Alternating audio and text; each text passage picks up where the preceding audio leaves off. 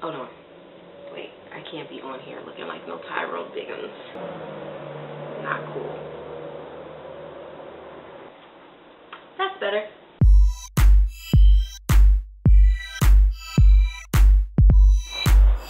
Second video of the week, and it's question and answer, and I'm really excited. A fellow viewer inboxed me some questions that she needed advice on, needed help with, and I thought it would be cool if I did a video response because I can get into a little bit more detail, and also I felt that my answers might be helpful to others of you out there that might watch this video. So let's get started. Do I get them? Yes, I do. I think single strand knots are the devil. They are torture. And I do get them. I started getting single strand knots once my hair got longer. I started out with about 3 inches of hair, and I was fine. I never had single strand knots, never even knew what they were. And then as my hair got longer, I want to say once it got to maybe like my chin and on, like right now where my hair is, my hair stretched out is past bra strap length. Honestly, single strand knots, I believe, and I could be wrong, but I really do believe that the curlier your hair is, the more textured it is, you are going to experience single strand knots, especially if you're someone who wears your hair in out styles all the time. That means twist outs, braid outs, wash and goes. If you wear it like that all the time, it's good because it looks good, but it's not so great because it allows your hair to get really tangled onto itself. And that's what the curls do. They tangle onto themselves, and therefore they can form single strand knots. The only way that I know of to get rid of single strand knots is by cutting them out. There are a couple ways that I know of that you can prevent them.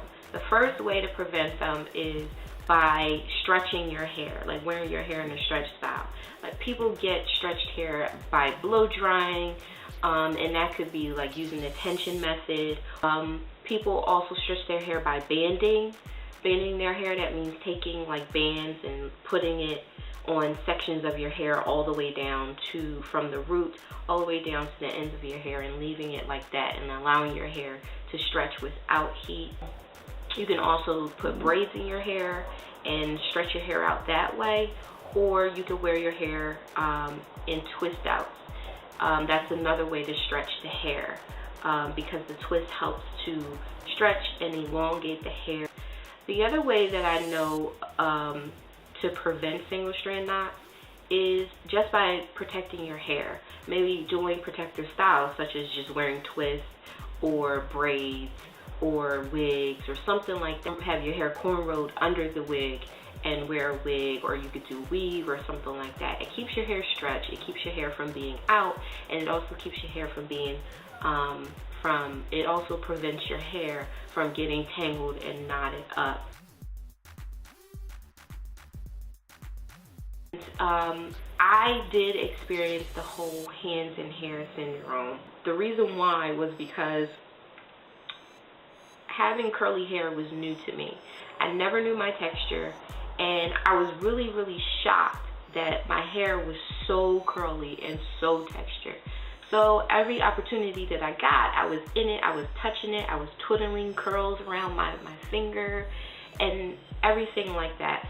I would say I stopped once my hair got longer, maybe about to my chin, and now I don't even mess with it anymore. I take so much time doing my hair. Once it's done, I don't want to look at it, I don't want to see it, I don't want to touch it anymore. The next time I touch it is when I am going to wash it and style it over again.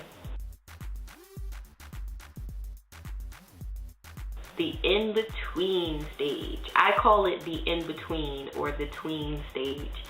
So if you're not familiar, the in-between stage is when your hair is not TWA, and TWA means teeny weeny afro, and your hair is not like long, it's not like shoulder length. I remember that stage. My hair, you know, when my hair was short, it was awesome. I wore a lot of wash and goes during that time because it was easy. You know, I did them in the morning, which at the time I was using Kinky Curly. I was using Kinky Curly Not Today, and I was also using the custard. And I would use that in my hair, and then I would diffuse my hair in the morning, shake and diffuse. And I could do that every single morning because my hair was short and it didn't take that long for it to dry. You know, once my hair was dry, it would shrink up, my curls would be really nice. But once I got to that tween stage, it would shrink up, but not as much. My hair didn't look all that great. I just didn't like it. So, and the wash and goes for me at that time were what I did every single day also, because I didn't know how to do anything else. I didn't know how to do twist outs or braid outs or anything like that. I started experimenting with two-strand twists. And I watched so many videos on how to twist up your hair, how to do two-strand twists. I watched videos on how to do braid outs and all of this stuff. But I stuck to the twist because the twists, they were easier to do.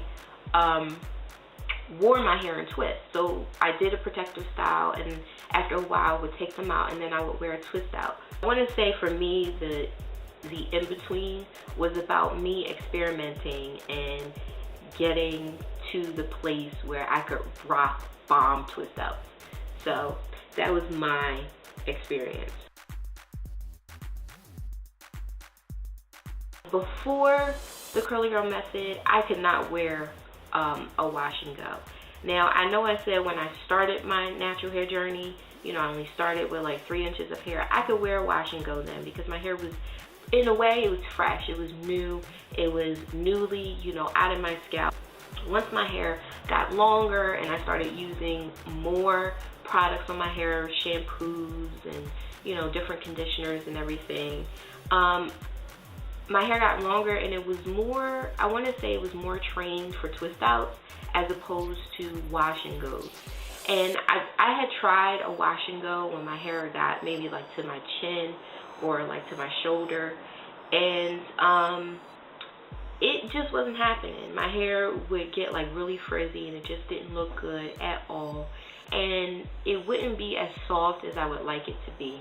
I would say when I started seeing results was about a week and a half into doing the curly girl method, and my results were I started noticing a difference in how my hair felt, meaning it felt softer, it felt